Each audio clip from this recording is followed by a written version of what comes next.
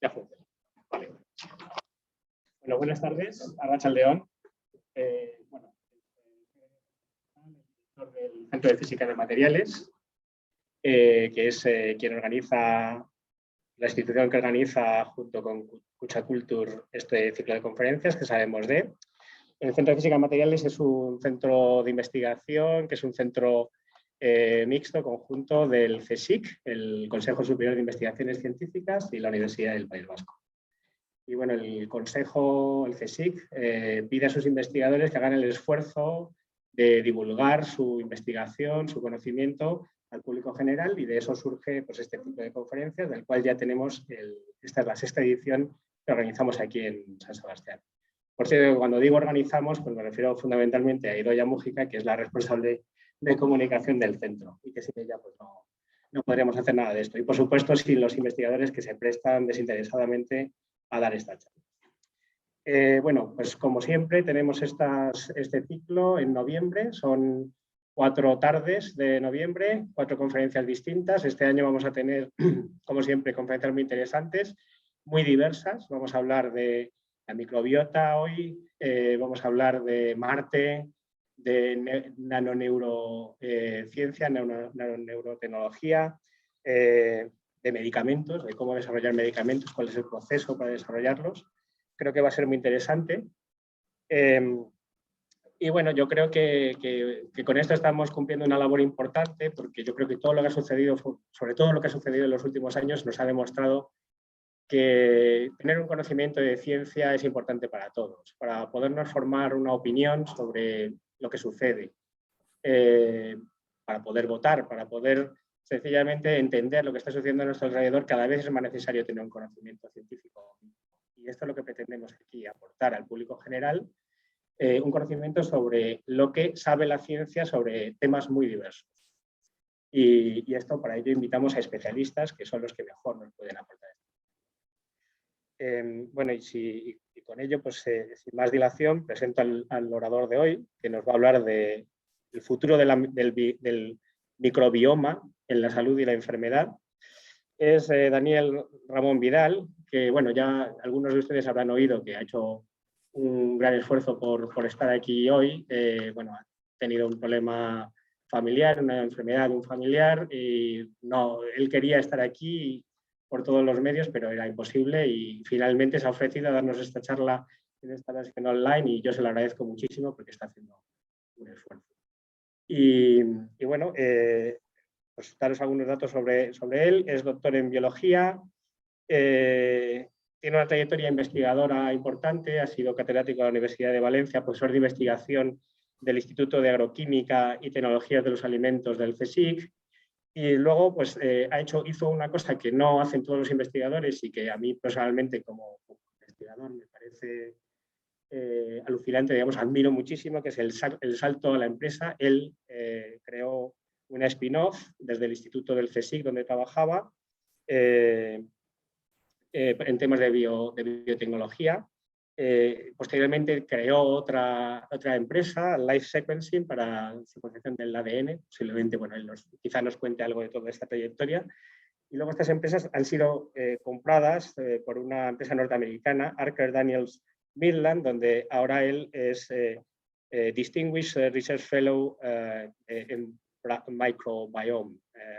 O sea, un distinguido colaborador científico en el tema del microbioma. Y también es académico de número de la Real Academia de Ingeniería de España. O sea que, como ven, es una persona muy distinguida, y creo que va a ser un placer escucharle hablar sobre estos temas. Y bueno, sin más dilación, pues le paso la palabra a Daniel Ramón Vidal, y muchas gracias. Muchísimas gracias, y primero pedir disculpas. Para que veas al público. Muy bien, muy bien. No se caiga. Y que no vibre el cable. Bueno, saludo a todos y os pido disculpas por no estar ahí personalmente, pero este tema de salud de un familiar me impide estar con vosotros.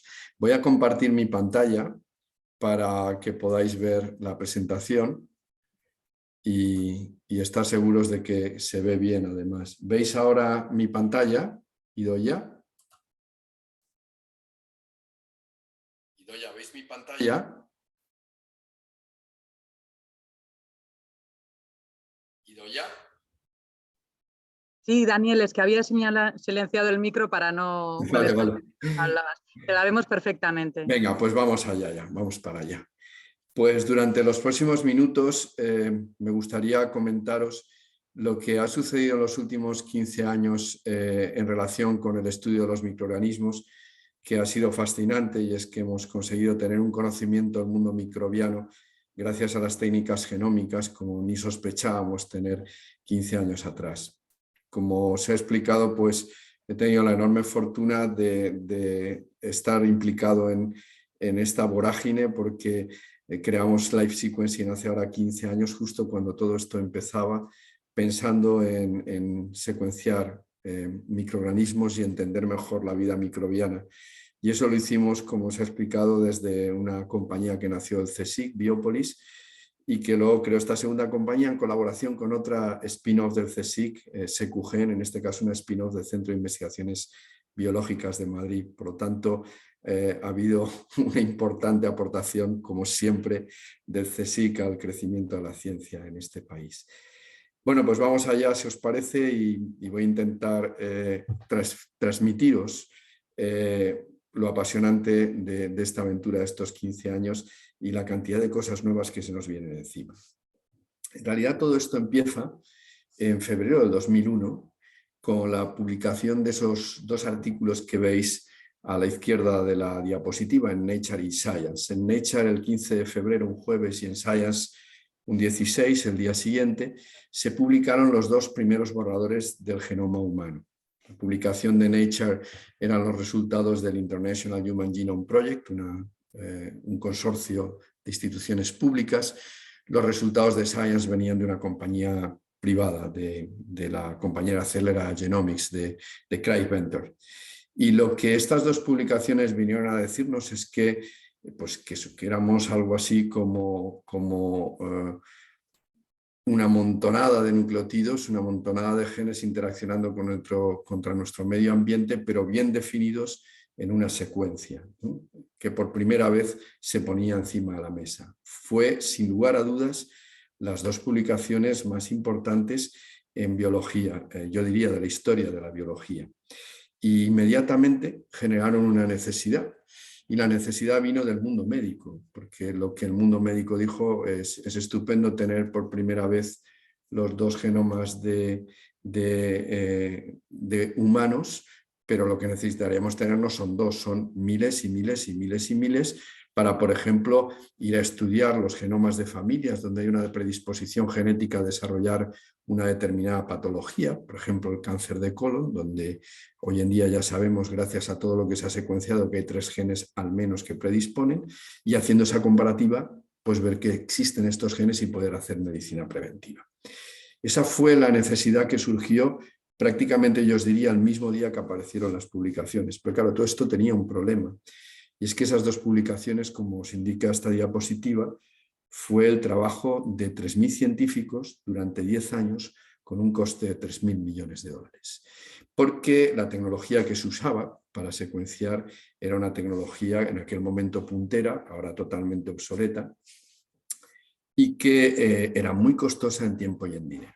Y además, aunque no figura en la diapositiva, también cometía muchos errores. De hecho, hoy en día sabemos que esas dos publicaciones, esos dos genomas que se publicaron, al menos cada uno de ellos tenía 500.000 de errores. Lo que puede parecer mucho, pero puesto en el global de cuánto mide un genoma humano en nucleótidos, pues es un porcentaje bajo, pero porcentaje de error. Por lo tanto, este descubrimiento, estas dos publicaciones, llevaron a la necesidad de secuenciar más genomas en un tiempo más reducido, no 10 años, por supuesto con muchos menos científicos y a un coste mucho menor, porque si no, no iba a ser posible esa idea que la clase médica pedía de poder hacer una medicina preventiva. Y a eso lo llamamos la carrera genómica, porque la respuesta fue inmediata. Toda una serie de compañías que trabajan en el entorno de la fabricación de máquinas de laboratorio, se pusieron a trabajar sobre el tema, desarrollando nuevas tecnologías de secuenciación. Inmediatamente empezaron a aparecer lo que técnicamente llamamos plataformas de secuenciación genómica masiva, que son máquinas, veis algunas de aquí en la diapositiva, que secuencian de una forma mucho más rápida y mucho más efectiva, con muchos menos errores y encima mucho más barata. Las primeras máquinas que aparecieron son las que veis en la parte superior de la diapositiva de la compañía americana Roche. Luego ya aparecieron algunas otras de Life Technologies y la tecnología de Illumina. El primer secuenciador genómico masivo que llegó a España fue adquirido por esa compañía que antes he mencionado, que creamos entre Secugen y Biopolis, Life Sequencing. Fue la primera máquina que vino y nos costó 800.000 euros.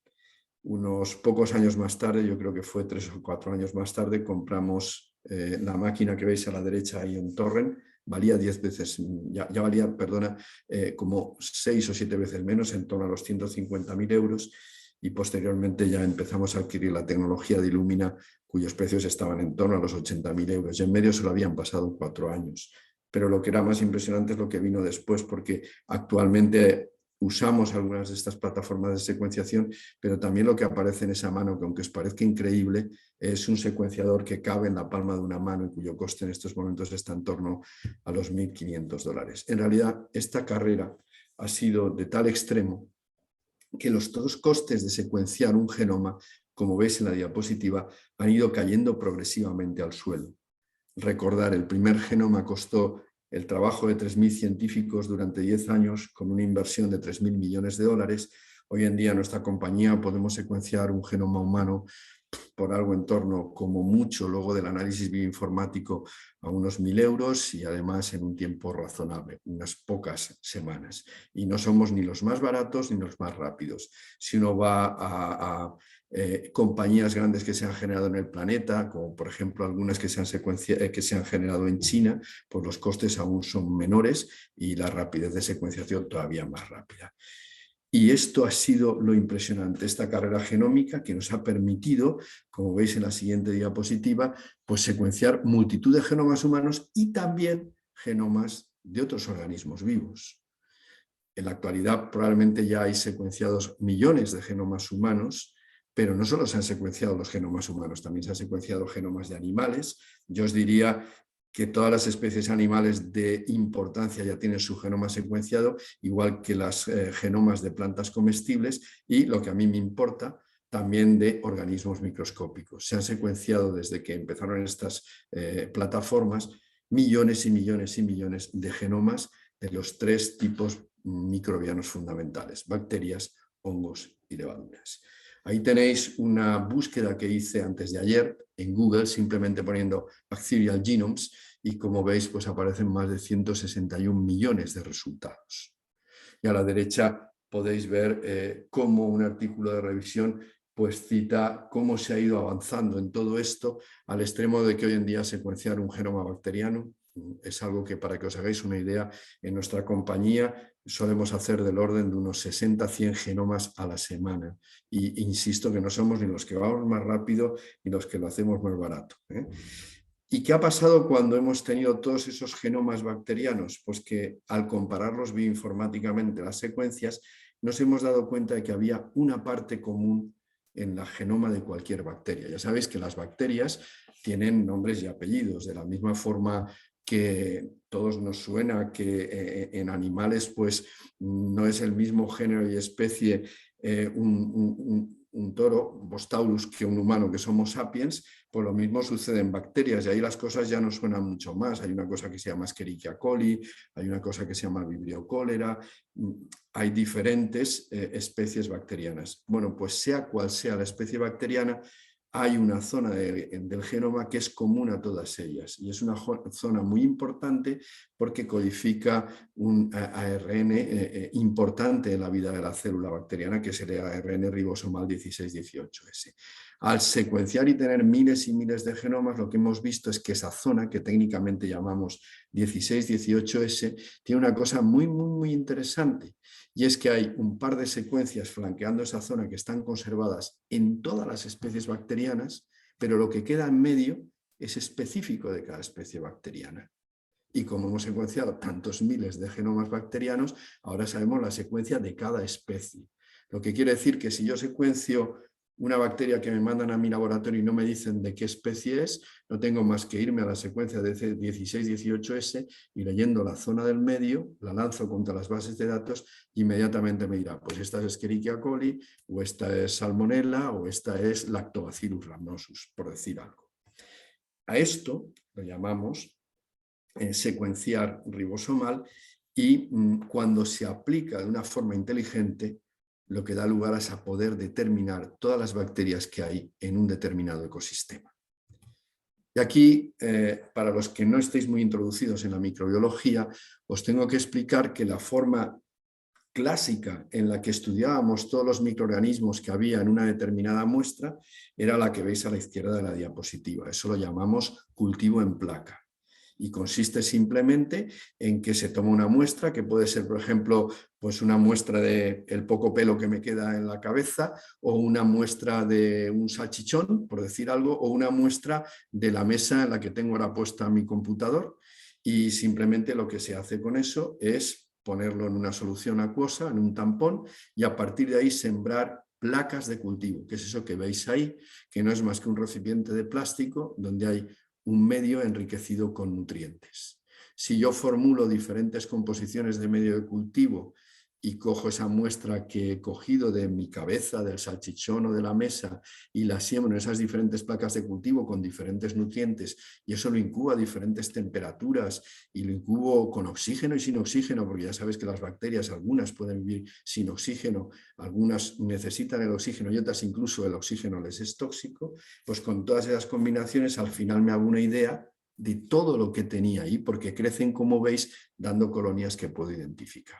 Esta ha sido la forma en la que microbiología ha avanzado durante más de 200 años gracias a los trabajos pioneros de Robert Koch y Louis Pasteur, que fueron los que desarrollaron estas técnicas de cultivo en placa. Pero ¿qué pasa?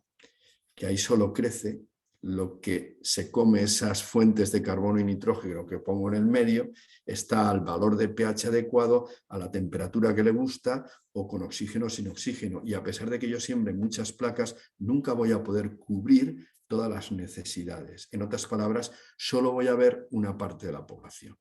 Esto lo sospechábamos durante siglos los microbiólogos, porque cuando mirábamos al microscopio y luego buscábamos en las placas de cultivo, en una muestra, aquello que habíamos visto en el microscopio, siempre había mucho menos de lo que veíamos. Y simplemente decíamos, no lo podemos cultivar todo. Pero con la tecnología de secuenciación masiva que os he contado antes, eso no importa.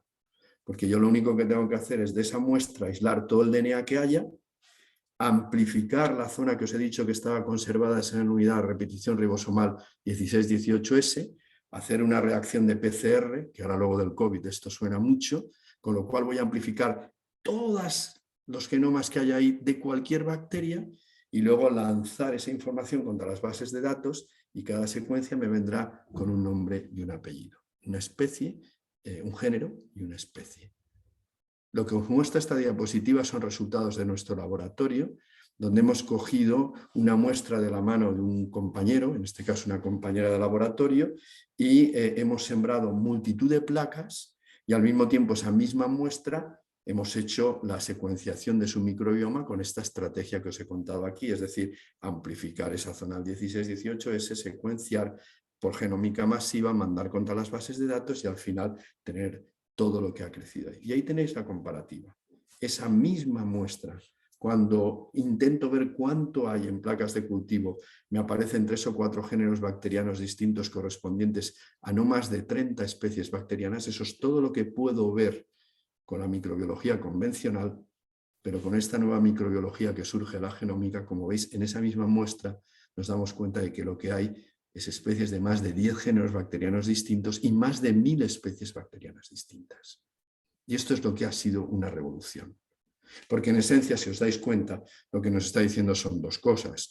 La primera, creíais que estabais viendo muchas cosas y erais muy felices, pero solo estabais viendo el pico del iceberg.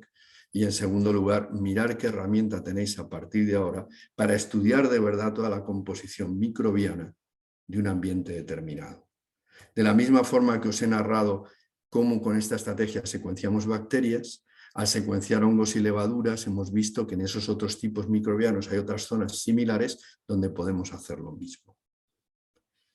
¿Y esto a qué nos ha llevado? A que cuando hemos empezado a aplicar estas tecnologías al global de lo que tenemos en el planeta, por ejemplo, cogiendo muestras de diferentes ecosistemas, pues nos hemos dado cuenta de que el planeta está lleno de bacterias.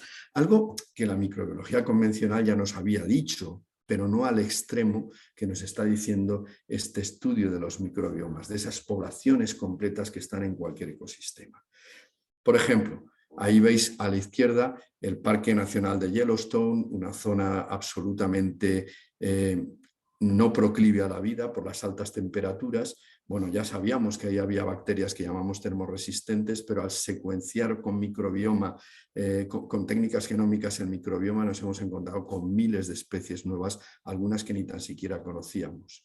Lo mismo sucede en la foto que veis en el centro de esta diapositiva, que es la base experimental del CSIC en la Antártida. En unas condiciones radicalmente distintas hemos descubierto que había multitud de bacterias.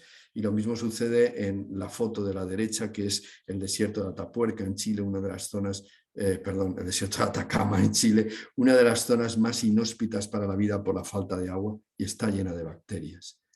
Y no os engañéis, cuando os tomáis un tomate, no penséis que está estéril, si es que lo tomáis tal cual. Está lleno de bacterias que contribuyen a la salud del tomate y probablemente cuando las ingerimos a nuestra salud. ¿De qué os estoy hablando?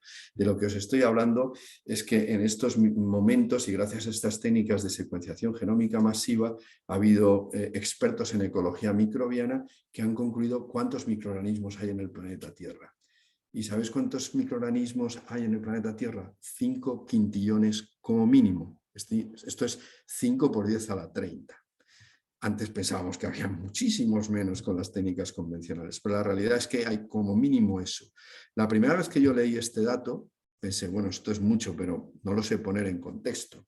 Y pensé, a lo mejor la mejor forma de ponerlo en contexto es dividirlo por el número de humanos que hay en el planeta. Si hacéis esa simple división, número de bacterias frente a número de humanos, os saldrá que por cada uno de nosotros hay 1.4 trillones de bacterias. O lo que es lo mismo, que bajemos un poco nuestros humos al suelo, porque si de verdad hay un grupo dominante de seres vivos en este planeta, no somos ni los humanos ni los animales, son los microorganismos, como cabía esperar. Y como ya dijo en su día Woody Allen, en una de sus frases geniales cuando dijo, lo único que tengo claro es que dentro de 1 millón de años en este planeta no queda ni un humano, pero esto seguirá estando lleno de bacterias. Y esa es la realidad. Lo más fascinante de todo es que hasta ahora os he dado datos de ecosistemas globales. Pero ¿qué pasa cuando estas técnicas de estudio de microbiomas las hemos empezado a usar en nuestro cuerpo, en el cuerpo humano? Y os pongo en antecedentes. Cuando yo estudiaba la carrera hace ya bastante tiempo, porque soy viejo, 35 años, lo que la medicina decía era el interior del cuerpo humano está estéril, porque si hay microorganismos hay una infección. ¿Qué ha pasado cuando hemos empezado a utilizar estas técnicas de la genómica masiva para estudiar los microbiomas del cuerpo humano? Pues lo que os muestra esta diapositiva. Que la sorpresa ha sido que eso de estar estéril, nada. Estamos llenos de bacterias. Todo nuestro cuerpo, cualquier rincón de nuestro cuerpo, tiene una comunidad microbiana impresionante. Donde más microorganismos tenemos es, como cabe esperar, en la piel, porque es la parte de nuestro cuerpo expuesto al medio y que por lo tanto se puede contaminar, pero tenemos un montón de microorganismos en nuestra boca, tenemos un montón de microorganismos en nuestro tracto urinario y reproductor y tenemos también un montón de microorganismos en el aparato respiratorio o en el tracto digestivo. Las cifras son las que veis en esta diapositiva. Si pesáis 70 kilos, entre 1,5 kg y 2 kilos de vuestro peso, no sois vosotros, son los microorganismos que pueblan vuestro cuerpo. Creo que esto es algo que deberíamos de reflexionar para que de nuevo se nos bajen los humos, y esto además desde el punto de vista biológico lo que nos está dando a entender es que hay una interacción importante entre esa comunidad microbiana que vive en nuestro cuerpo y nuestro cuerpo total. De hecho, cuando vemos número de células, Lo impresionante es que por cada célula humana en nuestro cuerpo tenemos de 7 a 10 células bacterianas, mucho más que las nuestras. Y lo mejor es lo que veis a la derecha. En cada una de esas partes que os he narrado, y ahora entraré en cada una de ellas en profundidad, esas comunidades microbianas que hay no son fijas, cambian en función de un montón de cosas. Por ejemplo, veis al principio arriba a la izquierda las fotos, un parto. Bueno, aparentemente cuando nacemos nuestro microbioma digestivo está casi limpio, no hay microorganismos mientras estamos dentro del cuerpo de nuestra madre. Pero, como luego os explicaré, a lo largo del embarazo el microbioma de la madre va cambiando y en el último mes de embarazo el microbioma vaginal tiene un incremento brutal de lactobacilos. Y cuando salimos en el momento del parto por el tracto vaginal, con la boca abierta, la primera comida que recibimos es ese chute de lactobacilos proveniente de nuestra madre. Si luego tenemos lactancia materna, lo que se ha descubierto es que la leche humana no está estéril, está llena de muchísimos microorganismos y fundamentalmente bifidobacterias. Y que esas dos especies bacterianas, lactobacilos y bifidobacterias, estén colonizando nuestro tracto digestivo, que como os digo, en el momento del parto está aparentemente casi estéril, que lo colonicen para establecer un ecosistema determinado es fundamental para nuestra salud. De hecho, lo que se ha visto es que hay una relación estadísticamente significativa entre niños que nacen por cesárea y no tienen lactancia materna y un índice mayor de aparición de alergias alimentarias, incluso de autismo. Y como luego os comentaré, pues hay datos que indican que tanto niños con alergias como niños con autismo tienen una composición distinta de su microbioma digestivo. También cambia, aunque os parezca increíble, en función del ejercicio. Se ha hecho un estudio de atletas de élite y se ha visto que en su microbioma digestivo tiene una distinta composición y aparece mucho una especie que se llama Veillonella, que hasta se ha creado una compañía en Estados Unidos que se llama FitBiomics, cuyo CEO es a la vez un científico, un microbiólogo molecular, pero que corrió en unos Juegos Olímpicos y ganó una medalla de bronce. Es un tipo, por lo tanto, muy interesado en estudiar esto y que él asegura que en modelos animales ha visto un incremento de capacidad muscular cuando a esos animales les da esas cepas que él dice que aparecen en atletas de élite.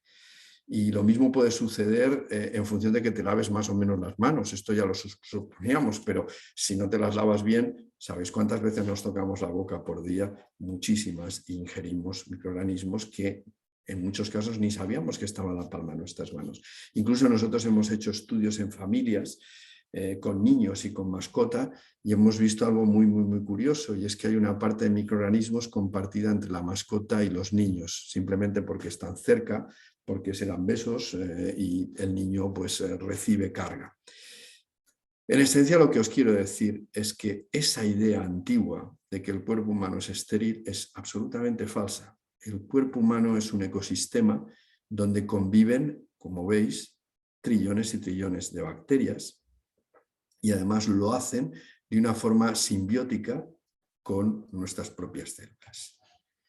Y por hablar un poquito más de cada parte de nuestro cuerpo, pues contaros algunas anécdotas, como por ejemplo que el microbioma de la piel, como antes os decía, es fascinante, en el sentido de que es la parte de nuestro cuerpo más expuesta al exterior, pero se dan circunstancias increíbles, como por ejemplo que cuando se analiza el cuerpo partido en dos, pues en muchísimas ocasiones, por no decir en todas, no es el mismo microbioma el que tenemos en la palma de nuestra mano derecha que el que tenemos en nuestra palma izquierda. O que, por ejemplo, aunque parezca increíble, hay cambios radicales en géneros bacterianos en las diferentes partes de nuestro cuerpo. Eso es lo que explica el esquema a la izquierda. Por ejemplo, no tiene nada que ver la comunidad de microorganismos que tenemos en una zona como nuestra nariz, que está muy expuesta al ambiente, con la que tenemos en nuestras ingles, donde la temperatura es ligeramente superior, al menos un par de grados, y hay un contenido muy importante de ácidos grasos, que es una fuente de alimentación, una fuente nutricional bien distinta que la que aparece en estas partes expuestas al ambiente. En el caso del microbioma de nuestra boca, hemos descubierto cosas fascinantes. Os diré que aquí hay un componente importante de investigación española y sobre todo un líder que es Alex Mira en el Centro de Investigación Príncipe Felipe de Valencia. Es un investigador que ha trabajado muchísimo el microbioma bucal y que no solo se ha limitado a describir cuáles son los microorganismos responsables de la caries y cosas por el estilo, sino que además ha encontrado cómo en nuestra propia boca pueden haber microorganismos que nos protejan frente a la caries. Y de hecho tiene una patente en esto de un microorganismo capaz de combatir efectivamente los microorganismos productores de caries. Y os preguntaréis, ¿y cómo llegó a encontrarlos?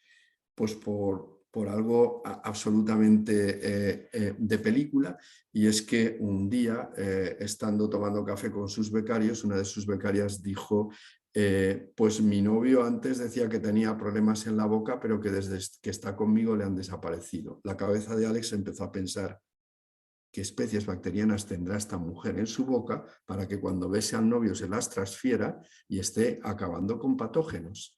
Y dicho y hecho, por supuesto, le tomó una muestra al microbioma bucal y es ahí donde aislaron este microorganismo que actualmente pues, está en proceso de licencia y probablemente en poco tiempo aparecerá como producto farmacéutico en el mercado. ¿Y qué deciros del microbioma respiratorio? Todos pensamos que cuando tenemos una infección en nuestros pulmones esto está muy mal, muy mal, muy mal. Pues mirar, en los pulmones de un individuo sano hay más de 500 especies bacterianas distintas. Eso sí, tienen que estar las que tienen que estar. Si están otras es cuando aparece el problema. Pero de nuevo en esto se ha hecho muchísimo trabajo y además, como podéis ver en la diapositiva, en las diferentes partes de nuestro microbioma respiratorio, esas especies bacterianas van cambiando. Y que haya las adecuadas es fundamental para que uno tenga una salud respiratoria. ¿Y qué decir de nuestro aparato respiratorio, de nuestro aparato urinario y reproductor? Pues que, como antes os comentaba, por ejemplo, en el caso de mujeres, el microbioma vaginal es riquísimo en lactobacillus, y las mujeres que tienen vaginosis recurrentes, y es un problema muy, muy repetitivo, cuando se ha estudiado el microbioma vaginal se ha podido ver que simplemente es porque no tienen un contenido adecuado de lactobacillus. Si lo tienen, no aparecen las vaginosis recurrentes, aunque todas las mujeres, aunque estén sanas, tienen conteos de esos patógenos que aparecen como Gardnerella, Topobium o Cándida, pero a unos niveles muy, muy, muy bajos. En colaboración con el Instituto Valenciano de Infertilidad, nosotros estudiamos esto hace ya unos años, estudiamos el microbioma vaginal de mujeres con problemas de vaginosis recurrente, porque no sé si lo sabéis, pero la vaginosis es la razón por la que más frecuentemente se sale de un proceso de fertilización in vitro. Evidentemente la solución que existe hasta hace poco era simplemente dar un antibiótico, pero cuando das un antibiótico destruyes los patógenos que hay en la vagina de la mujer, pero también esos lactobacilos que hoy sabemos que tienen un papel preponderante en la salud de la vagina de la mujer. Lo que nosotros estudiamos fue pacientes del IBI que habían tenido que salir de ciclos de fertilización porque tenían vaginosis recurrentes, y lo que hicimos fue estudiar su microbioma día a día, y nos encontramos con la sorpresa de que en márgenes de tan solo unas poquitas horas, una de estas mujeres que un día tenían un microbioma correcto con un 90% de lactobacilos, en unas pocas horas pasaban a tener 0 lactobacilos y tener casi un 100% de Atopobium o de Gardnerella o de Cándida. Reflexionando sobre eso nos dimos cuenta que esto no era más que un problema de ecología microbiana. Algún parámetro estaba cambiando para que los lactobacilos dejaran de crecer ahí, y entonces el patógeno que estaba ahí escondidito dijera: ahora me toca a mí y crezco. Y el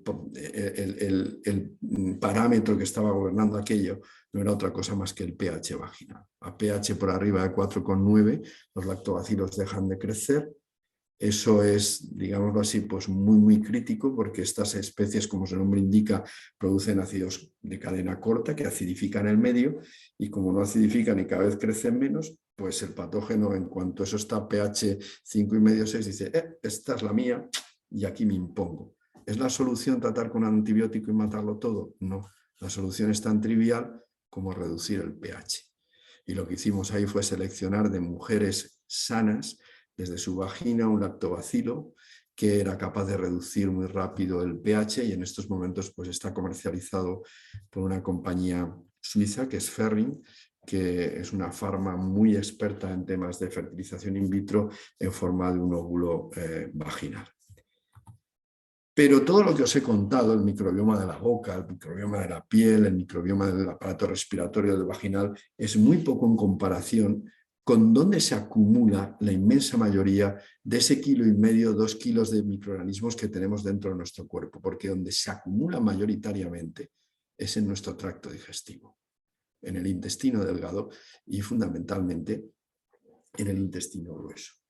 Y bueno, lo increíble de esto es que ese microbioma, que llamamos microbioma del tracto digestivo, es muy, muy, muy complejo. Hay más de 1000 especies bacterianas distintas y cuando se han analizado millones y millones de microbiomas digestivos de millones y millones de personas, nunca hemos encontrado dos iguales. En nuestra compañía en estos momentos llevamos secuenciados más de 100.000. Nunca hemos encontrado dos iguales y como nosotros el resto. Es como una huella dactilar, pero que está dentro de nuestro cuerpo. ¿Cómo estudiamos esto? Pues simplemente tomando una muestra de heces, aislando DNA y haciendo esa estrategia que antes os contaba de amplificar esa zona, secuenciar y lanzar contra las bases de datos. Pero lo que es más impresionante de todo es que ese microbioma digestivo cambia a lo largo de la vida. Como antes os decía, cuando nacemos se inocula con lo que tragamos de nuestra madre y nos da de comer nuestra madre. Pero a medida que vamos creciendo, eso va cambiando ligeramente y en el momento entramos en alimentación sólida ya cambia para darnos un microbioma que va a ser una huella dactilar buena parte de nuestra vida. Evidentemente, si tenemos problemas de infecciones o tenemos que tratarnos con antibióticos o, por ejemplo, tenemos esa relación con algunos animales de compañía, aquello va cambiando y lo que es bien claro es que a partir de los 55 o 60 años nuestro microbioma digestivo empieza a cambiar dramáticamente. Y perdemos fundamentalmente un componente importante que son las bifidobacterias. Y eso es lo que explica que, por ejemplo, mucha gente anciana tenga problemas de infección. Pero lo más increíble de todo es lo que veis a la derecha. Y es que hemos encontrado un montón de patologías donde se dan cambios en el microbioma digestivo. Gente con autismo, gente con Alzheimer, gente con Parkinson, tienen diferente microbioma digestivo que la gente sana. Durante años nosotros en nuestra empresa hemos investigado cambios en el microbioma digestivo de niños con dermatitis atópica y adultos con psoriasis, porque sospechábamos que la infección en piel tenía el origen en una infección en el tracto digestivo y un cambio de composición del microbioma digestivo. Eso lo demostramos y lo publicamos hace 10 años y gracias a ese conocimiento hemos diseñado mezclas de probióticos que son capaces de revertir la situación y evitar dermatitis recurrente, por ejemplo, en niños. Lo mismo es cierto para obesidad, para fibromialgia, para diabetes y, por supuesto, para un montón de desórdenes gastrointestinales como la celiaquía, el Crohn o el intestino irritable. Y eso es lo que da sustento científico a algo que se había utilizado ya durante un tiempo y que ha disparado su uso tras todo este conocimiento, que es lo que muchos de vosotros habéis oído hablar, que son los probióticos, microorganismos vivos que suministrados en una cantidad adecuada, pues cuando se ingieren tienen un efecto positivo sobre nuestra salud y está muy bien descrito ese efecto sobre todo en problemas digestivos. Lo mismo para lo que llamamos prebióticos, que no son más que unas fibras como las que veis a la derecha, que son un alimento perfecto para esos probióticos y hace que crezcan más. Y cuando los juntamos los dos, lo llamamos simbióticos. Os tengo que decir, como persona que trabaja en esto y que intenta poner mucha ciencia aunque trabaje en una empresa privada, que en el mundo de los probióticos es muy grande y que hay que mirar bien quién te está ofreciendo marketing y quién te está ofreciendo ciencia, pero que desde que tenemos estas herramientas de estudio del microbioma, pues tenemos unas herramientas científicas mucho más potentes para saber si lo que estamos vendiendo funciona o no y por qué funciona. Aquí tenéis algunos datos de cómo este tema de los probióticos, los prebióticos y los simbióticos pues ha estallado. Mirar la cantidad por ejemplo, de publicaciones científicas que aparecen en el PubMed cuando uno pone la palabra probiótico, pone la palabra prebiotic, pero mirar abajo cuando en SpaceNet, un buscador de patentes, se pone la palabra probiótico, prebiótico, simbiótico. Más de 40.000 patentes. Y a la derecha podéis ver cómo ha ido evolucionando el mercado de probióticos en las distintas regiones del planeta, en Norteamérica, en Europa, en Asia-Pacífico, en Latinoamérica. No hay ninguna región que no haya tenido un incremento importantísimo en los últimos años. Pero no es lo único.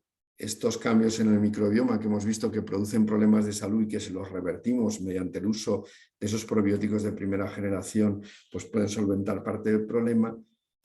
Con el conocimiento científico hoy en día sabemos que esa disbiosis en el ecosistema no solo se solventa con esos probióticos, esos prebióticos o sus mezclas, es que se puede solventar con muchas más cosas. No voy a entrar a fondo en esta diapositiva, pero deciros que técnicamente de lo que hablamos es de moduladores del microbioma y que hay toda una artillería de nuevas posibilidades, aparte de esos probióticos, prebióticos de primera generación, que podrán usarse en un futuro inmediato y estudiarse y, por supuesto, usarse para revertir esas situaciones de cambios en el microbioma ligados a la salud. Este es un mensaje muy importante porque lo que está diciendo es que gracias al conocimiento científico que nos ha dado el microbioma vamos a tener más y más herramientas para combatir problemas de salud ligados a cambios en el microbioma en el futuro. Y esto es lo que veis aquí. Antes os comentaba que nosotros en su día estudiamos el microbioma de niños con dermatitis recurrente o adultos con psoriasis y gracias a eso fuimos capaces, como veis en esta diapositiva, de primero estudiando los cambios en la primera publicación en el microbioma de esos niños con dermatitis recurrente, definir, y es lo que veis a la derecha, un blend de 3 probióticos que funciona perfectamente bien. De hecho, lo que logra es que en apenas un mes y medio, 2 meses, el 90% de los niños, estos ensayos clínicos, por supuesto, se hacen en niños con tratamiento en piel con corticoide tópico, pero que además reciben este probiótico. Lo que nosotros vimos es que el origen del problema en piel era una inflamación en el intestino. Si éramos capaces de usar probióticos que bajaran esa inflamación, pues quitaríamos al tiempo el problema en piel, pero en el día a día hay que empezar a quitarlo cuanto antes con corticosteroide tópico. En esencia lo que vimos es que en el ensayo clínico pues el grupo que recibía placebo más el tratamiento con corticoide tópico tardaba 3 meses en solventar el problema, los que lo solventaban. En el grupo que recibían nuestros probióticos, en apenas un mes y medio, el 90% estaban limpios, lo que implicaba más que esos niños podían dejar de tomar el corticosteroide a partir de ese momento. Publicamos en la revista más importante de dermatología, que es JAMA Dermatology, y hoy en día estamos vendiendo este blend de probióticos en los 5 continentes. Incluso se han generado compañías. Se han generado compañías que te dicen que te estudian tu microbioma digestivo y que a partir de ahí te pueden decir qué tipo de dieta debes de seguir para, si tienes desbalances, pues ser capaz de rebalancearlo. Os he querido poner este ejemplo de Day2 porque está muy ligada a un organismo público de investigación muy similar al CSIC, que es el Weizmann Institute en Israel. Es un equivalente al CSIC, pero en Israel.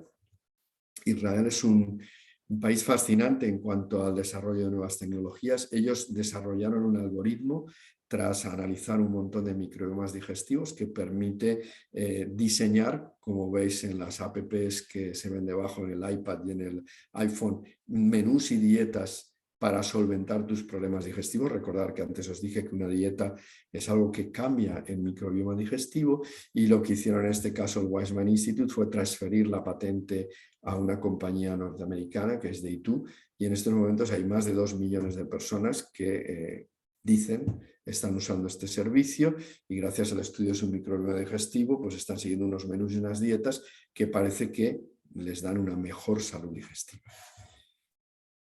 Incluso podemos pensar en cosas excitantes para el futuro. Estos son algunos artículos que nuestra compañía, bueno, no os he hablado de ADM, la compañía que adquirió nuestra pequeña startup hace 5 años, pero ADM Archer Daniel Midlands es una de las grandes multinacionales de la alimentación. Para que os hagáis una idea, nosotros facturamos el año pasado 70.000 millones de dólares y somos 45.000 empleados. No vendemos producto final, no vendemos yogures, no vendemos zumos, simplemente vendemos ingredientes siempre de origen natural, y vendemos desde aromas, sabores y colores a texturizantes, vitaminas, extractos botánicos o, y esa es la parte por la que compraron Biopolis, probióticos, prebióticos, simbióticos o moduladores de esta segunda generación. Bueno, pues lo que veis en esta diapositiva es algo excitante y es que desde hace ya una serie, yo diría de 3-4 años, han empezado a aparecer estudios donde en una determinada patología y un determinado tratamiento farmacológico se busca respondedores frente a no respondedores. Sabéis que en los tratamientos oncológicos esto es muy frecuente, hay gente que responde al tratamiento y gente que no, y lo que se ha hecho en estos casos es estudiar el microbioma digestivo de los que respondían frente a los que no respondían para ver si había una diferencia. Bueno, pues hay más de 12 publicaciones con diferentes tratamientos oncológicos donde al estudiar respondedores frente a no respondedores se ha visto que hay diferencias en el microbioma digestivo, diferencias importantes. Incluso se ha visto no solo en tratamientos oncológicos, como veis a la derecha, el caso de las estatinas, ya sabéis, un producto farmacológico usado por millones y millones de personas en el planeta, hay respondedores y hay no respondedores. Esa publicación que veis a la derecha, muy reciente, demuestra cómo los no respondedores tienen un microbioma digestivo distinto a los respondedores. ¿Y esto a qué nos lleva? Nos lleva a pensar, bueno, y si yo soy capaz de, en un no respondedor, a través de una dieta o a través de la adición de probióticos en su dieta, o prebióticos o simbióticos, cambiarle su microbioma digestivo para que pase de ser no respondedor a ser respondedor y entonces empieza el tratamiento, ¿qué pasa? ¿Va a tener eficacia? Y esto es algo en lo que muchísimas compañías estamos interesadas y que fijaros lo importante que puede ser. Lo importante que puede ser, por ejemplo, en un tratamiento oncológico, si esto es así, ser capaz de cambiar el microbioma digestivo de un no respondedor para hacerlo respondedor y que el tratamiento surta efecto. Son alternativas abiertas impensables unos años atrás. Y por supuesto hay muchísimo más, y en esto ya no quiero entrar, pero lo que han visto las compañías farmacéuticas es que aquí incluso se abre la posibilidad de desarrollar no unos probióticos, unos posbióticos que yo pueda añadir en un alimento, una bebida, sino incluso ir a drogas farmacéuticas, a microorganismos que están en nuestro tracto digestivo, que no sabíamos ni que existían, pero que al estudiar el microbioma digestivo están ahí, y ver qué podemos hacer incluso para pensar en desarrollar probióticos que sean drogas farmacéuticas. Pero aún hay más. Para un tecnólogo de alimentos como yo, no me puedo quedar solo en el humano. Tengo que pensar que la cadena agroalimentaria, al final nosotros somos prácticamente el último eslabón de la cadena agroalimentaria. ¿Qué pasa en los eslabones anteriores? Hay microbiomas en las plantas, hay microbiomas en los animales y, por supuesto, como cabía esperar, los hay y de una complejidad importantísima y no similar a la humana. Y esto es lo que os quiero mostrar en las siguientes diapositivas y ya estoy terminando. Se ha descubierto que, como cabía esperar, en el suelo hay muchísimos microorganismos. Esto ya lo sabíamos de muchos años atrás. Sabíamos que las plantas fijan nitrógeno porque hay unas bacterias fijadoras del nitrógeno. Y sin esas bacterias no habría plantas y sin plantas no habría animales en el planeta. Lo que no podíamos sospechar es la complejidad del microbioma del suelo. En nuestra compañía hemos trabajado bastante y en un mismo suelo, con 1 milímetro de separación, las especies bacterianas que pueden aparecer son terriblemente distintas. Lo que sí que es verdad es que existe una cierta homogeneidad en la zona muy, muy próxima a la raíz. Cuando digo muy próxima, digo decenas de milímetros, ¿no?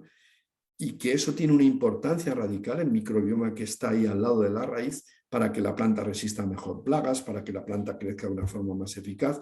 Y de la misma forma que hemos desarrollado probióticos para la salud humana, pues en estos momentos hay muchísimas compañías desarrollando probióticos para la salud de las plantas, para que crezcan mejor. Esto se les llama normalmente bioestimulantes, o para que resistan mejor plagas, si se les llama biopesticidas. Incluso hay compañías en España, la que veis a la derecha, Biomarkers, es una compañía generada por dos individuos de Valladolid que se tuvieron que ir a Estados Unidos para crear la compañía, y allí unos fondos de inversión creyeron en ellos, pusieron en marcha la compañía y ahora ya tienen delegaciones en España. Exportamos, como veis, conocimiento en el tema de los microbiomas. O esta compañía que veis aquí, que es interesantísima y que se genera en Boston que se llama Solaria Bio y que tiene como director científico a Eric Scott y como director financiero a ese señor que veis ahí, Gerardo Toledo. Dos tipos increíbles que lo que decidieron fue estudiar algo que antes os había adelantado, que es lo que me como tiene microorganismos dentro. Entonces ellos decidieron hacer un listado de hasta 200 frutas, hortalizas y verduras que se consumían frescas sin tener un procesado culinario y en el entorno de dietas saludables, y empezaron a estudiar el microbioma de esas partes comestibles de las plantas crecidas con diferentes tipos de agricultura, orgánica, convencional, intensiva, diferentes variedades de la misma fruta, hortaliza o verdura, y además crecidas en diferentes regiones del planeta. El resultado es que al estudiar todos esos microbiomas generaron una base de datos brutal, al mismo tiempo fueron aislando bacterias de esas partes comestibles de plantas y en estos momentos tienen una base de datos formidable con la que están haciendo combinaciones de bacterias atendiendo algo tan simple como, a ver, por ejemplo, y es el caso con el que han empezado, problemas de osteoartritis. ¿Hay alguien que dice que si se come algo es bueno para la osteoartritis en el imaginario popular?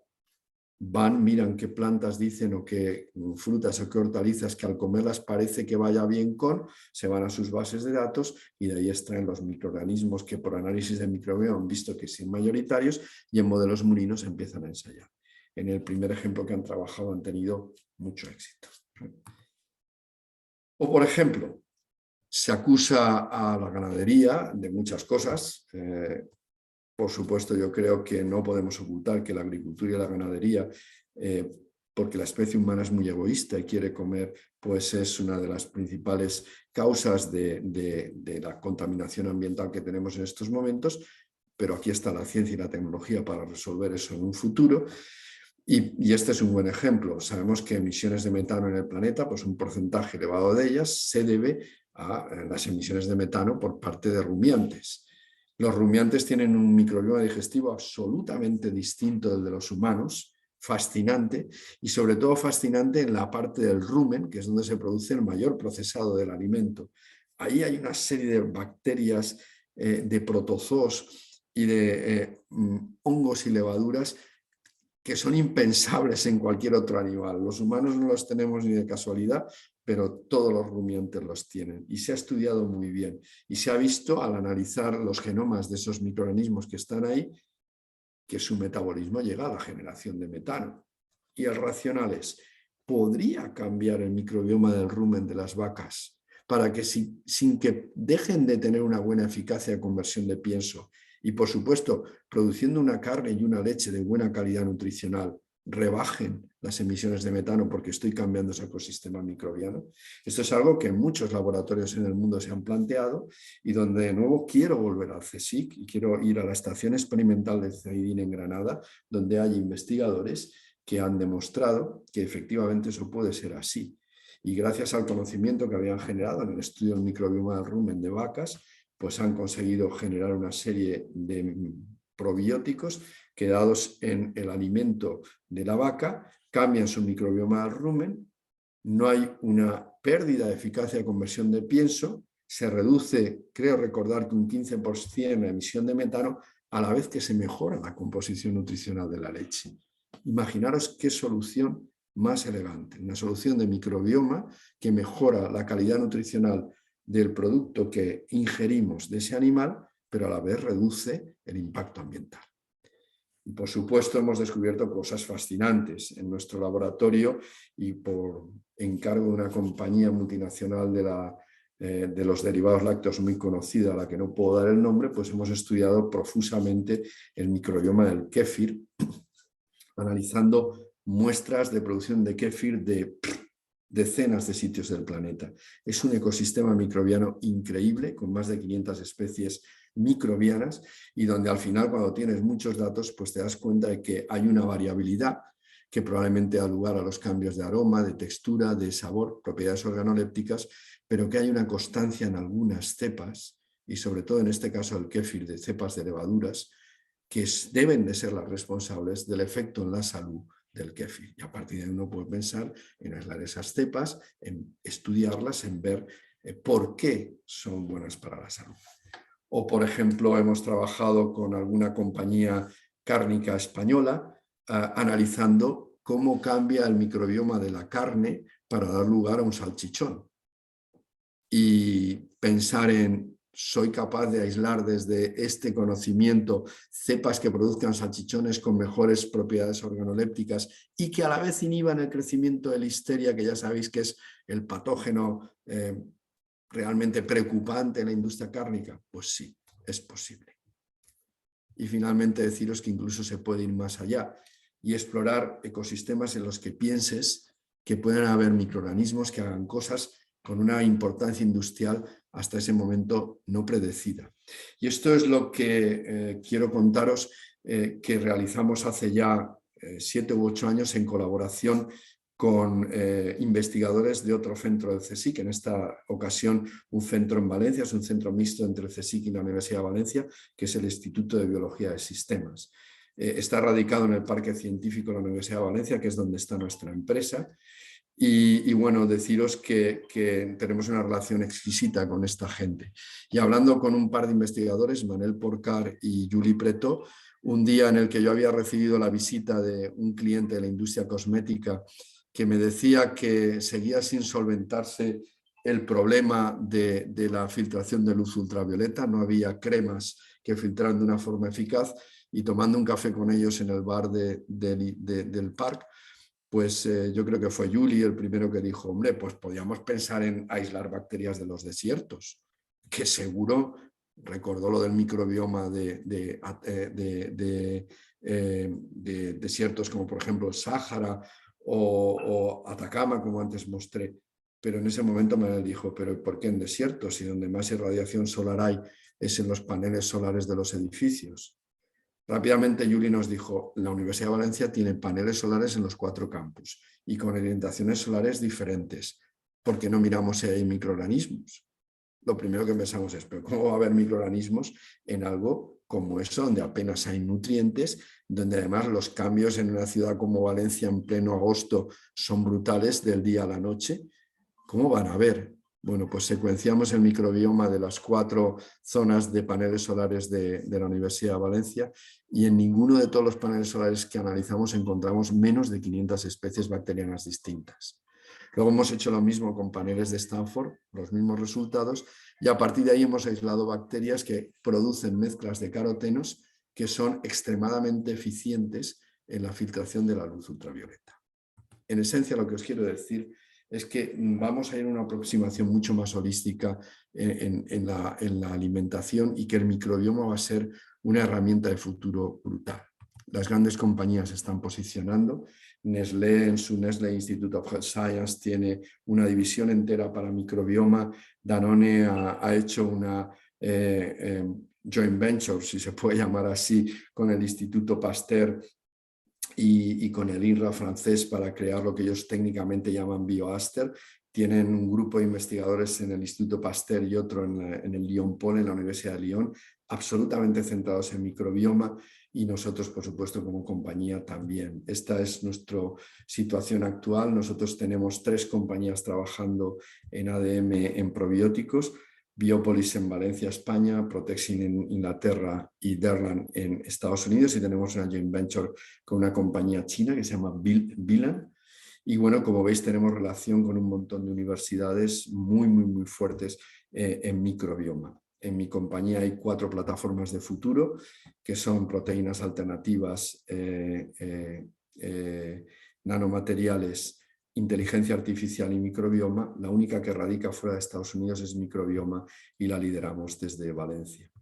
Y finalmente deciros que a los jóvenes que estéis en la sala, que queréis dedicaros a esto del microbioma, pues, jolín, vais a coger una época fascinante. Me da un poco de rabia ya ir a cumplir 63 porque me jubilaré pronto y no podré disfrutarlo al máximo, pero estos 15 años han sido fascinantes. Solo quiero recordaros las palabras de 2 científicos.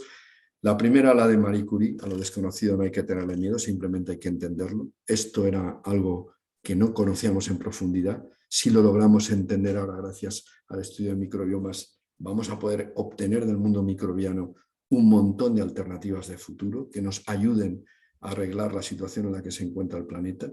Y en segundo lugar, el que no cometamos el mismo error que con los transgénicos.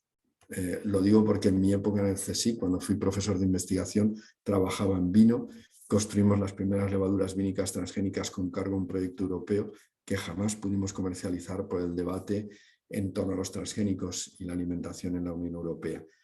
Cuando digo que no cometamos el mismo error, lo que quiero decir no es que engañemos, sino que simplemente contemos a la sociedad todos los resultados que tenemos en microbioma, le informemos de las posibilidades para lo bueno y para lo malo, para que la sociedad decida, pero no seamos tan ingenuos de no contar nada.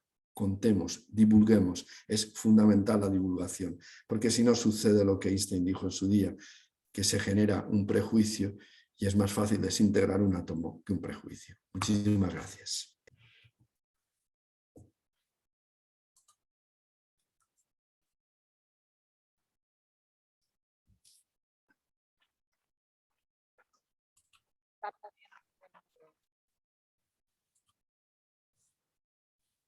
No sé si me oís.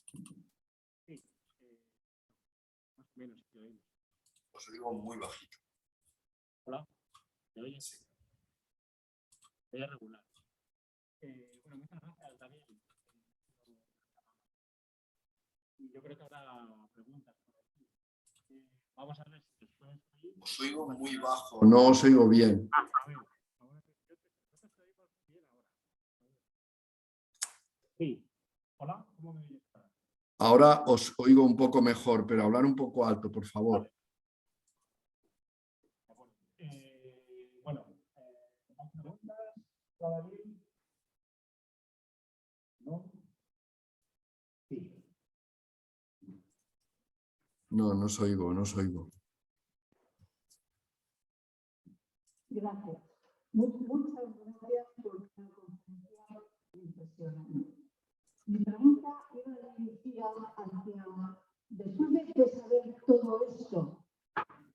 Es que no os oigo bien. He hecho a propósito para ver si nos oye, ¿vale? Ahora sí, ahora os oigo. Ahora sí.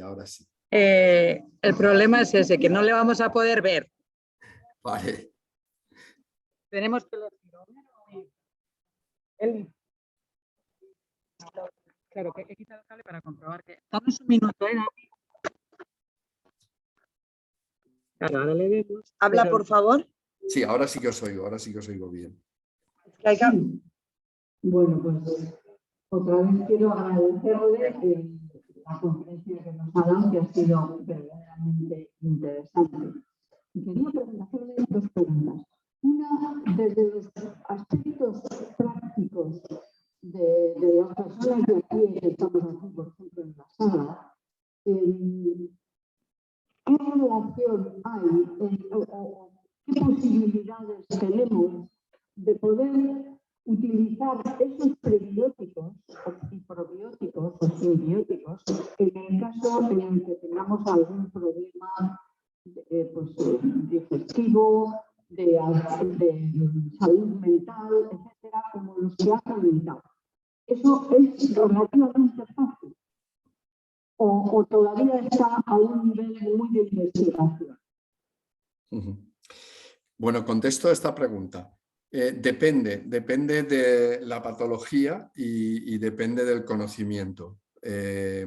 Por ir por partes, usted hablaba de problemas de salud digestiva, que quizás es donde más se ha estudiado y donde más resultados hay y donde más probióticos comercializados existen que funcionan y funcionan bien, con un buen dossier científico detrás. Ahí lo que yo le recomiendo es que vaya a, por supuesto, un prescriptor, a un médico que entienda el tema y le diga: tengo este problema, si necesito probióticos, usted me asegura que esto tiene ciencia detrás, y seguro que se lo aconsejarán. En el caso, por ejemplo, de problemas relacionados con problemas mentales, lo que sí que tenemos muy claro es esta relación entre el tracto digestivo y el cerebro. Aquí le diría que productos a la venta todavía muy pocos. Muy pocos, se pueden contar con los dedos de una mano, y además hay que rascar bien para ver si hay realmente detrás información científica sólida o no, pero que los va a ver en un futuro entre 5 y 10 años, no lo dude. Hay un montón de proyectos en marcha donde se están buscando moduladores del microbioma que actúen a nivel de diferentes problemas como pueden ser la ansiedad, la depresión, el autismo. Y bueno, hay muchísimos grupos excelentes, públicos y privados, trabajando en el tema. Le puedo decir, porque hemos ya publicado alguna cosa, que nosotros tenemos un par de cepas bacterianas que en 2 modelos animales de ansiedad hemos visto que funciona muy bien, y por la secuenciación del genoma podría haber una explicación metabólica de por qué eso es así, y ahora comenzamos ensayos en otros modelos animales que, si salen bien, ya nos llevará a un ensayo clínico. Estamos hablando de, como antes les decía, 4 o 5 años. Pero cada vez hay más, y estén preparados porque cada vez van a haber más, porque claramente es que estamos viendo que la relación del microbioma con un montón de patologías es muy, muy, muy elevada. He tenido una idea. Uy. Nos han dicho que si se pueden acercar mejor, porque no se oyen muy lejos.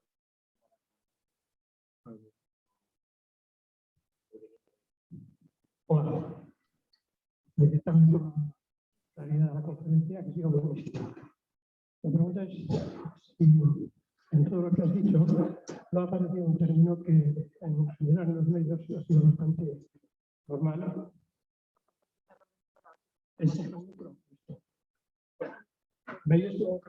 Lo oigo muy mal, muy mal.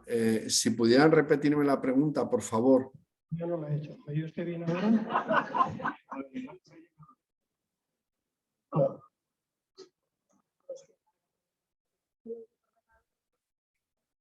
No me oyes.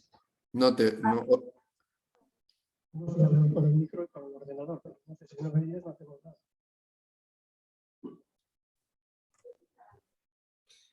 Lamento muchísimo esta situación. Si hubiera estado ahí en persona no se hubiera producido, pero... ¿A mí me oyes mejor? A ti te oigo mejor, sí. Se oye con un cierto eco, pero te oigo mucho mejor, sí, sí. La pregunta es, no has dicho nada sobre lo que llamaban el trasplante de microbioma entre personas. Trasplante fecal. Sí, sí, sí. Bueno, el trasplante fecal sí, es una posibilidad clara en algunas patologías, fundamentalmente en patologías que tienen que ver, porque se hacen en situaciones extremas, donde ha tenido descripción de éxito en algunos casos, es en infecciones terminales por Clostridium, donde la gente prácticamente está desahuciada y donde con trasplantes fecales se han reportado bastantes casos de solución del problema. Un trasplante fecal es, para que lo entiendan, que un voluntario humano cede sus heces, un voluntario sano. Esas heces simplemente se llevan a una batidora con un tampón y eso se le suministra al enfermo, o bien por ingesta con una sonda gástrica o bien con una sonda anal. Entonces, donde ha habido éxito con trasplantes fecales en humanos, en animales de experimentación es otra cosa, pero en humanos ha sido fundamentalmente en esto que estoy mencionando, en clostridiosis. Pero podría ser otra posibilidad de futuro. ¿Qué problema tiene? Bueno, primero decirles que aunque parezca algo muy novedoso, de novedoso no tiene nada. Hay descripciones en la literatura que creo recordar que en el siglo VII en China ya se hacían estas cosas. Evidentemente de una forma mucho más primitiva. Pero ¿qué problema tiene bajo el punto de vista de la gente que trabaja en ello? Que evidentemente en situaciones terminales pues no hay otra y se hace, pero bueno, hacer un trasplante fecal equivale a que probablemente en esas heces haya microorganismos positivos, pero también pueden haber muchos microorganismos negativos y sobre todo pueden haber muchísimos virus. Por lo tanto, es algo muy difícil de controlar desde el punto de vista de calidad higiénico-sanitaria. Entonces es mucho mejor acudir a ver en una muestra fecal cuáles son los microorganismos que están dando el efecto, seleccionarlos desde ahí y producirlos por separado. Pero tiene usted toda la razón, no he comentado los trasplantes fecales, que puede ser otra posibilidad, pero quiero insistir de nuevo en situaciones muy, muy, muy especiales. No creo que sea algo que se vaya a masificar ni de lejos.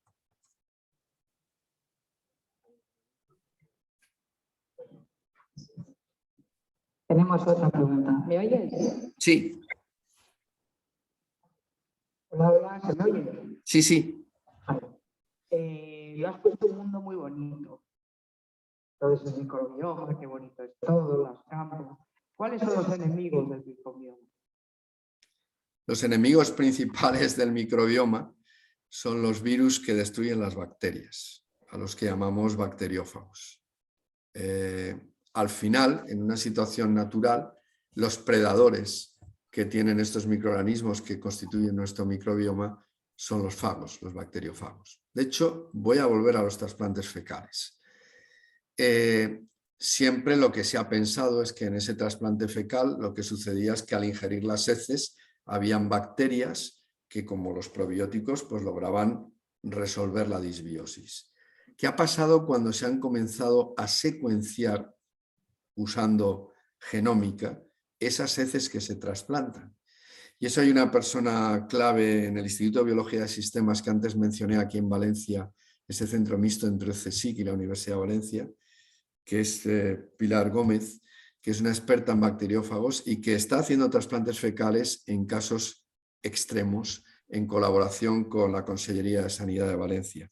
Porque lo que ella vio, que es una experta en fagos, es que cuando secuenciaba esas heces, lo que había mayoritariamente no eran bacterias, eran fagos. Porque si ya antes dije que por cada célula humana tocamos a no sé cuántas células bacterianas, de 7 a 10, por cada célula bacteriana tocas a 7 o 10 bacteriófagos.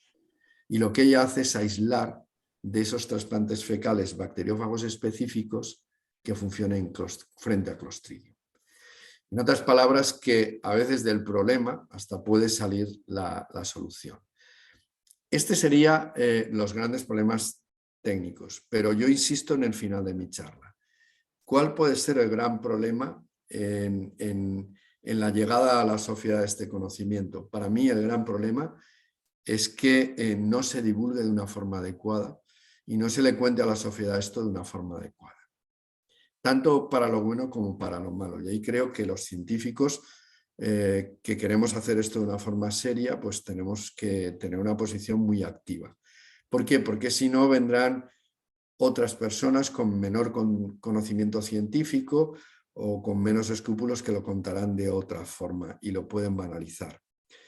Y quiero ser muy claro en esto, a mí me aterra muchas veces algunos de los influencers nutricionales que veo que tienen millones de seguidores, porque las cosas que dicen carecen de un racional científico de una forma brutal. Y si se van ustedes a cualquier librería, verán que en el apartado de divulgación van a encontrar multitud de libros de microbioma, es una moda. Al lado de los libros que hablan de cómo solventar tus crisis emocionales y todo esto, aparecen un montón, verán, de libros de divulgación de microbioma. Chequé muy bien antes quién lo ha escrito y si de verdad tiene experiencia en microbiología o no. Se lo recomiendo, porque si no, se pueden enfrentar a libros que venden unas historias que no creo que vayan a ser realidad. ¿Alguna otra pregunta? ¿Puedes venir para acá?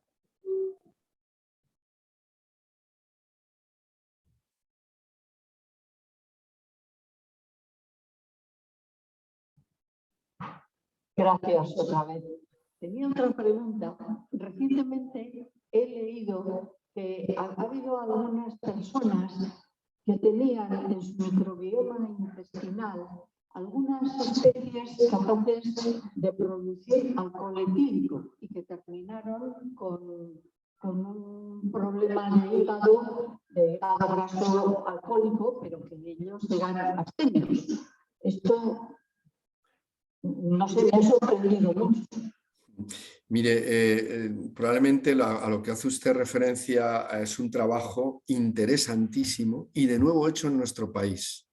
Es un trabajo de un grupo de psiquiatras, de la Facultad de Psicología de la Universidad Complutense de Madrid.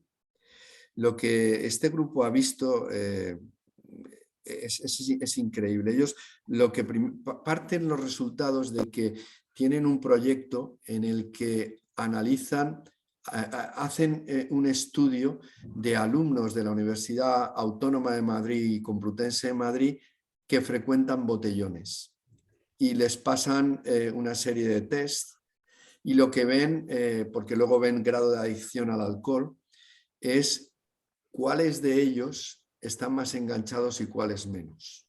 Cuando detectan los que están más enganchados, hacen un estudio de su microbioma digestivo. Y lo que encuentran es que hay un microbioma digestivo entre esa gente que se queda enganchada y la gente que no se queda enganchada. En otras palabras, adicción. Ellos tienen un modelo murino interesantísimo donde pueden producir una adicción al alcohol. ¿Y qué se encuentran? Que cuando en esas ratas hacen el estudio de qué pasa cuando comparo el microbioma digestivo de las ratas adictas a las que vuelvo adictas al alcohol con el que tenían antes de ser adictas al alcohol, aparecen diferencias.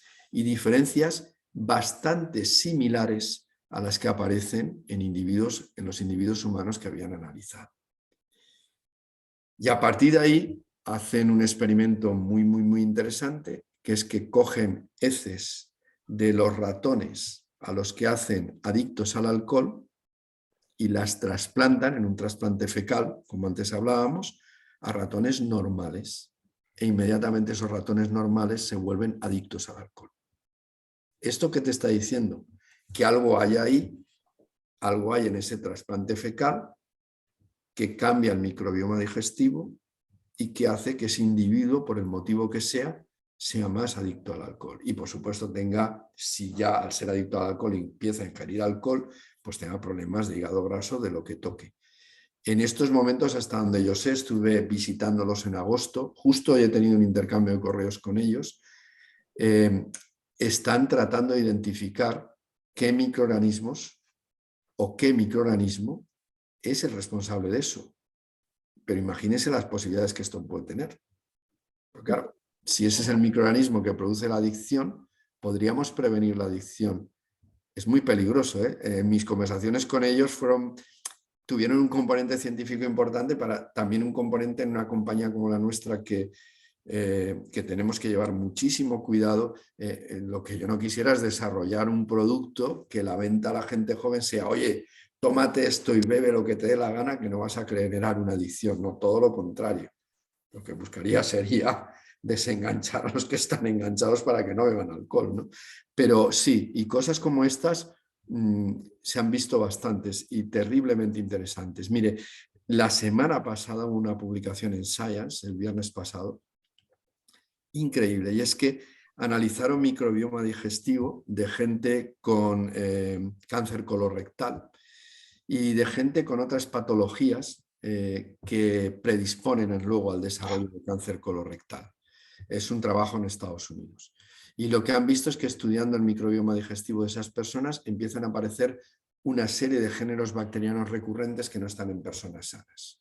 Y al final han llegado a delimitar la existencia de una especie bacteriana que cuando han analizado su genoma han visto que produce una serie de compuestos que no producen otras especies bacterianas y que son genotóxicos importantes que podrían estar en el origen del desarrollo del tumor. Eso fue una publicación el viernes pasado. Entonces, como antes les decía, el futuro de la gente que quiera trabajar en esto es fascinante porque vamos a encontrar un montón de situaciones, pero nos estamos limitando a hablar de salud humana porque claramente es lo que más nos preocupa a nosotros. Pero fíjense las posibilidades, por ejemplo, lo que antes hablaba en campo. ¿Sería posible de alguna forma espolvorear una planta o poner microorganismos en su raíz que lleguen hasta, recuerden que les he contado que cuando ingerimos la parte comestible de la planta está llena de microorganismos, que lleguen hasta ahí tengan propiedades positivas en la salud de quien lo ingiera, o cambie la composición nutricional de esa parte comestible para que sea todavía, desde el punto de vista nutricional, más sana. Piensen, por ejemplo, en polifenoles y piensen, por ejemplo, en zumo de granada. La granada es algo que históricamente sabemos que es un fruto saludable, pero cuando se ha puesto a investigar la gente en esto, y la gente que más ha investigado en el mundo, de nuevo, es alguien del CSIC, en esta ocasión es en el Centro de Edafología y Biología Aplicada al Segura en Murcia, es Paco Tomás. Lo que Paco ha visto es que la granada tiene multitud de polifenoles, el mayoritario una cosa que se llama ácido elágico, y la gente se creía que la granada era buena y era buena para mi salud porque cuando me la comía, me comía el ácido elágico y eso hacía que me pusiera bien. El ácido elágico no es biodisponible, tal como lo tragas, lo orinas. Lo que sí que es biodisponible son dos compuestos que vienen del ácido elágico, que se llaman urolitina A y urolitina B. Cuando Paco ha hecho ensayos con zumo de granada en voluntarios humanos, se ha encontrado que hay voluntarios humanos que cuando ingieren el zumo de granada tienen una mejora en su salud y voluntarios humanos que cuando lo ingieren les da exactamente igual. Cuando ha analizado el microbioma digestivo, ¿qué ha visto? Que en esos que tienen un efecto positivo, en su microbioma digestivo hay unos microorganismos que ni se habían descrito hasta la fecha y que son capaces de convertir el elágico en urolitina A y urolitina B. En otras palabras, que por eso a esos les va bien el zumo de granada. Pero ahora piensen en un futuro. ¿Podría yo conseguir que esos microorganismos estuvieran en la granada y cambiaran la composición de la granada para que en lugar de tener mucho elágico que no nos hace nada, pasara a tener mucha urolitina A y mucha urolitina B? ¿O se me ocurre otra estrategia agronómica para conseguir eso? Todo este conocimiento que viene del microbioma nos tiene que llevar a definir alimentos mucho más sanos, mucho más seguros y mucho más sostenibles en el futuro. Porque al final, no lo olviden, tenemos una visión muy primitiva del mundo. Nos creemos que todo lo que pasa en este planeta lo hacemos nosotros. Pero recuerden el dato que les di al principio, 5 quintillones de bacterias. Mucho de lo que pasa, si no todo, lo hacen las bacterias, lo hacen los microorganismos. Realmente es un tema fascinante. Yo creo que si no hay una pregunta muy urgente, podríamos estar toda la noche. Pues lo podemos cerrar aquí, agradeciéndole a Daniel por esta magnífica charla que creo que podemos aplaudirle, ¿verdad? Muchas gracias.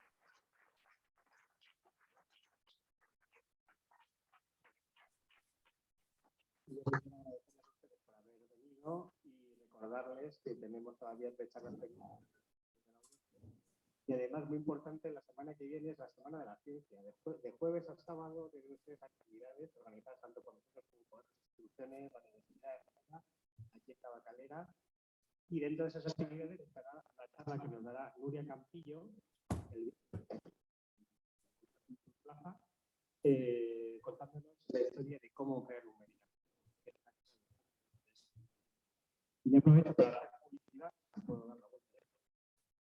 Y decirles que la siguiente semana, el jueves, será el jueves, día 17, y hablaremos de viajar a Marte.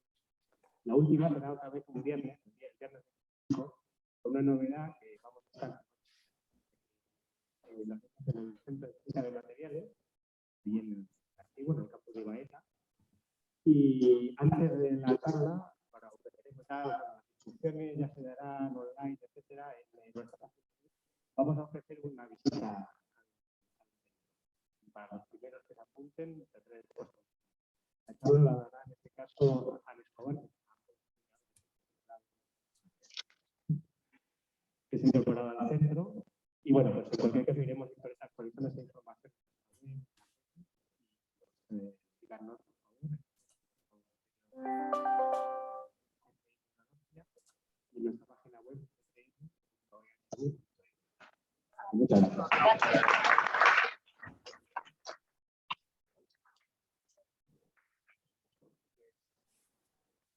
Daniel, Bueno, oye, creo que ahora ya... siento muchísimo estos problemas con el sonido, lo siento muchísimo. No os oigo. No se os oye.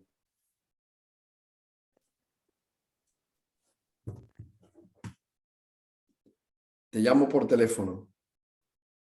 No te oigo. Está usted silenciado. ¿Cómo se llama? Ahora sí que os oigo, ahora sí. Nada, oye, que muchísimas gracias. De Ha verdad, estado fenomenal la charla, súper interesante. súper Bueno, interesante. Sí, me alegro que os haya gustado y nada. bastantes preguntas, o sea que a la Sí, gente ya, le ha gustado. pues ya me perdonaréis porque antes lo hemos probado con el micrófono, pero no he caído en cómo lo ibas a oír tú. Claro, Nada, no pasa nada. por el micrófono te entraría bien el sonido, pero siempre andamos un Ese es el poco... problema. Sí, Es muy directo. Bueno, sí. pues nada, ya sabéis dónde estoy para lo que preciséis y muchísimas gracias, ¿vale? Gracias a ti, de Sí, verdad. gracias y mucho ánimo con todo, Daniel. Venga, vale, Que hasta vaya todo luego. bien. Gracias, adiós. Mira. Sí, pero es un poco chapo todo esto, ¿eh?